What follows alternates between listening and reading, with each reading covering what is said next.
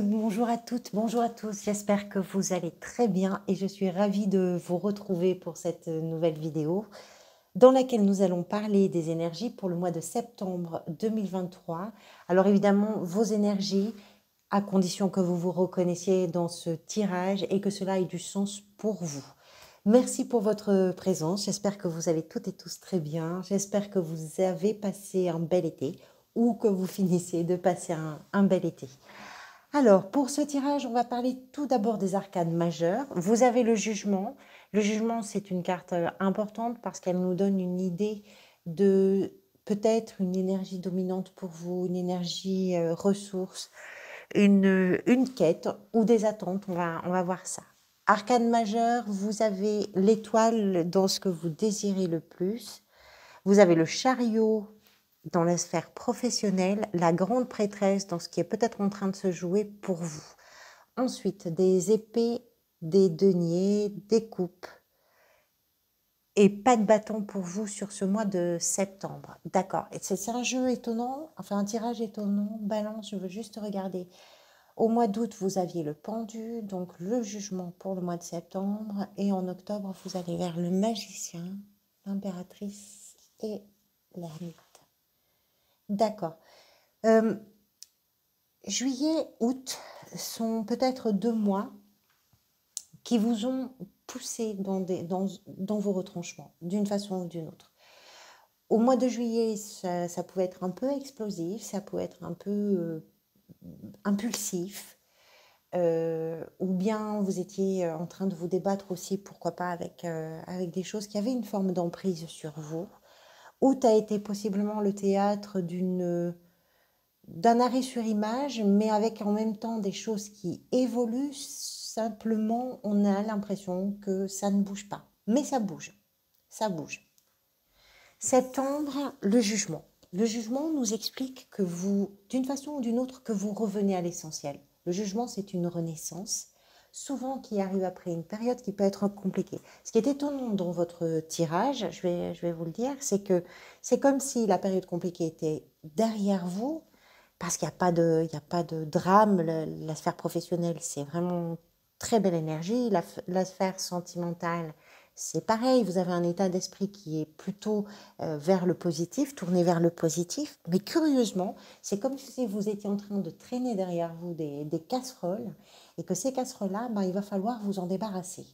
Et c'est en vous débarrassant de ça que vous revenez à des choses beaucoup plus essentielles, beaucoup plus authentiques pour vous et que vous vous autorisez une forme de renaissance. Le jugement, c'est ça, c'est s'autoriser à apparaître, j'ai envie de dire, au monde tel que l'on est réellement, tel que l'on est au fond de soi, sans masque, sans tricher. On triche tous, toujours un petit peu. On a un visage pour la sphère sociale, on a un visage pour le milieu familial, ou vous comprenez l'idée, ou même quand on est tout seul chez soi, on n'est pas forcément la même personne que quand on sort. Mais vous, là, c'est vraiment l'idée que vous avez besoin que ça se recentre sur des choses qui sont importantes. Voilà, d'une façon ou d'une autre. Vous vous assumez, même si vous êtes original, même si vous êtes particulier ou particulière, même si vous avez des idées qui peuvent, pourquoi pas, surprendre. Vous assumez les choses. Pourquoi? Parce que vous en avez soupé quelque part des problèmes, les vôtres déjà, et puis peut-être aussi ceux des autres. Voilà, c'est maintenant, il est question de, allez, je viens vers moi en septembre. Je reviens à moi. Le jugement, quand cette carte elle apparaît dans un jeu, nous explique qu'il est temps. Il est temps de se défaire de quelque chose qui n'apporte rien et qui ne vous permet pas d'évoluer. Votre état d'esprit est représenté ici par la 2 d'épée et la 4 de denier. L'état d'esprit, il est tourné vers le choix, les décisions que vous prenez et qui vont, je dirais, aller vers tout ce qui peut être rassurant. Rassurant, pourquoi? La 4 de denier, c'est une carte de contrôle. On économise, on sécurise, on contrôle, on fait attention, on sait ce qu'on a, on sait combien il nous reste, on sait vers où on va, on connaît ses dépenses, on connaît ses rentrées, ses sorties. Vous comprenez l'idée, c'est ça. Alors les deniers, oui, ça peut représenter effectivement le budget. Vous prenez des décisions qui vont vous amener justement vers une sécurisation, pourquoi pas, du budget, c'est possible. Mais ça peut représenter les choses qui sont importantes pour vous, puisque vous revenez à l'essentiel, puisque vous revenez à vous, vraiment vous, le vous de l'intérieur, j'ai envie de dire. Euh, tout ça fait que peut-être vous êtes dans une organisation et dans une gestion où il va falloir prendre les bonnes décisions, trancher, il va falloir vous occuper de ce qui est important, vous occuper de ce qui met à l'abri, vous occuper de... Voilà. C'est pas une carte négative du tout, la 4 de denier. C'est une carte qui demande qui pousse à regarder un petit peu son comportement par rapport aux ressources. Les ressources d'une façon très générale. Les valeurs d'une façon très générale. Vous comprenez l'idée. Qu'est-ce qui vous a peut-être amené vers cette attention, ce besoin de sécuriser quelque chose? C'est représenté ici par une 5 d'épée qui nous parle des conflits, qui nous parle des disputes, qui nous parle de la stérilité, je dirais, des discussions, des échanges qui n'amènent nulle part. Qui n'amènent nulle part, pourquoi? Alors, il y a souvent plusieurs raisons à ça. D'abord parce que tout n'est pas forcément dit, tout n'est pas forcément su. Parce que les intérêts des uns ne sont pas forcément les intérêts des autres, et que chacun va essayer de se faire entendre ou de faire valoir ses arguments, sa position, et de vouloir avoir raison. Mais avoir raison, ça ne veut pas dire qu'on arrive à se comprendre. Et puis c'est toujours imposer quelque chose aux autres. J'ai raison, je te le prouve, ou je te le dis. Oui, c'est pas suffisant. Ça n'amène nulle part en réalité. C'est un moment où on n'arrive pas à se comprendre, un moment où on n'arrive pas à s'entendre. Alors ça peut être effectivement avec un environnement, mais ça peut être également quelque chose qui se passe à l'intérieur de vous, de ne plus savoir où vous en êtes, de ne plus arriver à mettre un pied devant l'autre ou à mettre vos idées en place pour arriver à gérer des situations, à sortir parfois de certaines épreuves, etc. Et tout ça fait une sorte de cafarnaum, de brouhaha, de bruit comme ça incessant dans votre cerveau, et ça ne menait nulle part. Un peu oui, un peu non, un peu pour, un peu contre, un peu par ici, un peu par là. Vous comprenez l'idée. Donc soit avec un environnement, soit dans votre tête. Mais ça, c'est derrière vous. C'est-à-dire que vous avez réussi à apaiser cette instabilité-là. Ce que vous voulez, c'est représenté ici par la carte de l'étoile. Alors, l'étoile représente l'espoir, la foi, les lendemains heureux, la lumière, représente l'idée que la vie est en train de s'organiser parce que tout ce qu'on a traversé, tout ce qu'on vient de faire, oui, c'était pour arriver quelque part, et ce quelque part, eh bien, il a une saveur un petit peu plus sucrée, un peu plus douce. L'étoile, moi, ce que je pense aussi dans le fait de la trouver dans la position de ce que vous souhaitez, d'abord, c'est d'avoir confiance. Vous avez envie d'avoir confiance en vous, d'avoir confiance dans les lendemains qui arrivent, avoir confiance dans votre intuition parce que vous sentez que vous êtes porté, parce que vous sentez que ce qui vous arrive ne vous arrive pas par hasard, ou en tout cas ce qui s'est passé peut-être précédemment, c'était pour vous permettre d'amorcer une nouvelle période. Je dois vous dire que même si je ne vois pas de choses dramatiques dans ce tirage, on n'a pas des cartes qui font trembler la maison, l'énergie du jugement, l'énergie de l'étoile, ce sont des énergies qui arrivent souvent après une période complexe. Parfois une période douloureuse, parfois une période sombre, parfois une période un peu pesante. Et tout ça, vous êtes en train de sortir de ça. Vous êtes en train de le quitter. Je pense que juillet a été peut-être particulièrement, si ça vous parle, particulièrement pesant. Août, vous avez peut-être commencé à voir les choses un peu différemment parce que ça s'est un peu arrêté, comme si les choses étaient un peu mises en suspens comme ça. Et maintenant, vous évoluez à partir de ça. Et ces énergies-là de changement, c'est pas simple en fait. Mais c'est pas dur non plus parce que c'est plein d'espoir, parce qu'il y a plein de belles choses. Il y a de la confiance, il y a de la guérison émotionnelle, il y a une forme de bien-être et de plaisir. Ce qui me fait penser que c'est pas forcément évident encore. Vous allez vers des choses bien plus lumineuses et positives, c'est sûr, mais vous êtes en train encore de traverser peut-être une période qui vous offre une forme de résistance. Ce qui pourrait venir vous aider, c'est représenté ici par une reine de coupe. Alors, la reine de coupe peut représenter d'abord une personne qui va vous permettre à vous d'évoluer parce que c'est un soutien psychologique, parce que c'est un soutien moral, parce que c'est un soutien, j'en sais rien moi, pour la santé. Ça peut représenter également une personne d'un signe d'eau. Les signes d'eau, ce sont les poissons, les cancers et les scorpions. Donc c'est peut-être quelqu'un de votre entourage. Ça peut être un médecin, ça peut être un ou une psychologue, un ou une thérapeute, ça peut être quelqu'un qui va vous faire du bien d'une façon ou d'une autre. Ça peut être aussi votre énergie. La reine de coupe vient avec toute son empathie, sa bienveillance, sa douceur, son amour, n'a que du soin à offrir, du bien-être à offrir. Donc ce qui peut venir vous aider, si ce n'est pas représenté par une personne, c'est d'aller vers des choses qui vont à vous faire du bien, et du bien à l'intérieur. C'est une thérapeute, c'est une infirmière, c'est du soin, c'est vraiment du soin, dans le sens de soigner. Et quand on se soigne, on se fait du bien, forcément. Votre défi, il est représenté par la 6 d'épée, la 6 d'épée, alors vous avez traversé la 5 d'épée, le défi réside dans la 6.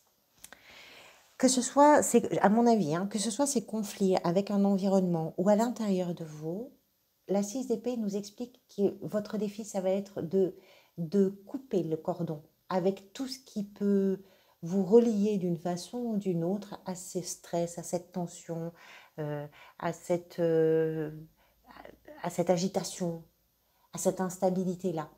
C'est ça le défi, c'est d'arriver à couper le fil. Ce fil peut être complexe parce que il peut y avoir une forme de dépendance affective, une dépendance, pourquoi pas, addictive, une dépendance comportementale. Je ne sais pas. Il peut y avoir une forme de dépendance. Parce que vous aviez quand même le... Qu'est-ce que j'ai dit que vous aviez eu Balance, pardon. Je reviens sur... vous aviez eu le diable. Vous aviez eu le diable en juillet. Et donc, c'est un défi. Même si vous êtes en train de métamorphoser quelque chose, de renaître de tout ça, il reste un fil. Il faut le couper. Enfin, il faut le couper. Vous faites ce que vous voulez, mais si ça vous parle, le défi pourrait être celui-là. Comment vous tournez le dos? Comment vous quittez ce rivage? Comment vous partez vers quelque chose de plus calme? Dans la sphère professionnelle, le chariot est une carte de réussite, d'abondance, de progrès, d'avancement. C'est un chariot, c'est un véhicule, c'est quelque chose qui est en mouvement, qui avance. Alors oui, avancer, c'est pas juste se dire je vais y arriver, oui, non. Vous êtes capable de concentrer vos énergies, de concentrer vos idées pour, vous savez où vous avez envie d'aller. Le chariot, on a toujours une destination, il y a un objectif. L'objectif peut être aussi je dirais par le biais d'un changement de territoire, puisque le chariot nous parle de déménagement, d'étrangers, de terres qui sont inconnues. Donc ça peut être aussi en lien avec peut-être l'étranger, ou peut-être changer de région, peut-être, vous voyez, il peut y avoir un mouvement géographique, c'est tout à fait possible.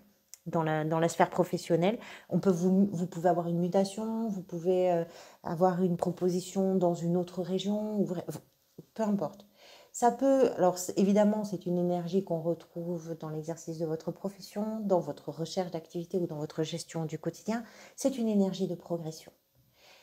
Pour progresser, par contre, effectivement, il faut se recentrer et aller vers les objectifs qu'on se fixe. Donc, définir ces objectifs, être au clair là-dessus. Et puis, les choses vont avancer, mais si vous arrivez aussi à gérer et à harmoniser ce qui a besoin de l'être. Parfois, il y a des doutes, parfois, il y a des hésitations. Tout ça, il faut ramasser un peu tout ce paquet-là, et puis il faut faire un seul et même, j'ai envie de vous dire, une seule et même direction, et foncer dans cette direction-là. C'est une carte de réussite, de victoire, de triomphe, hein, véritablement. Mais le chemin est à faire. Enfin, mais, vous comprenez l'idée. Dans la sphère sentimentale, c'est la reine de denier qui se présente. La reine de denier, là aussi, on est en présence de deux reines, il y a du soin dans vos relations. Vous êtes attentive ou attentif à tout ce qui va faire que tout le monde va se sentir bien. Alors oui, cette reine peut représenter une personne, homme ou femme, d'un signe de terre. Les signes de terre, ce sont les taureaux, les vierges ou les capricornes, c'est possible. C'est quelqu'un de fiable, c'est quelqu'un qui trouve des solutions, c'est quelqu'un qui va au-devant des choses, qui les prend en charge et qui les gère et qui est très efficace. Dans la gestion, dans le quotidien, c'est vraiment quelqu'un d'efficace, quelqu'un de fiable. On peut compter sur cette personne, que ce soit vous, que ce soit votre entourage, que ce soit dans une relation amoureuse, amicale, familiale, peu importe. Il y a pour vous l'envie, peut-être le besoin aussi, de faire en sorte que tout se passe bien, pour vous comme pour les gens que vous aimez. Ça, c'est important. Et on n'est pas forcément en présence d'une reine qui est dans l'émotion, la vibration, etc. Elle est très terre à terre, elle est très pratique, elle est efficace. C'est ça. Vous savez, vous faites tout ce qui est possible de faire pour prévenir, pour gérer, pour... Encore une fois, hein, le choix que vous faites ici, c'est pareil, on le retrouve dans la sphère professionnelle et dans la sphère effectivement sentimentale et relationnelle. Les choix que vous faites, ce sont des choix de sécurisation. On contrôle la situation, enfin on contrôle, on se comprend, hein. On ne contrôle jamais tout vraiment, mais il y a en tout cas cette envie-là de savoir où on est, de savoir où on va, de savoir comment on fait, voilà. Et là, vous êtes l'homme ou la femme de la situation. Qu'est-ce qui est peut-être en train de se jouer pour vous durant ce mois de septembre? C'est représenté ici par la grande prêtresse. Dans la mesure où on a une énergie de renaissance, cette grande prêtresse nous explique que par votre intuition, par votre sensibilité, l'intuition est très présente aussi pour vous durant ce mois. L'intuition, la sensibilité, la sagesse, parce que et l'introspection, peut-être que vous êtes en train de vous rendre compte de choses qui, pour l'instant, étaient un peu cachées. La grande prêtresse est une clé, c'est une gardienne de secrets, c'est-à-dire qu'elle permet la révélation.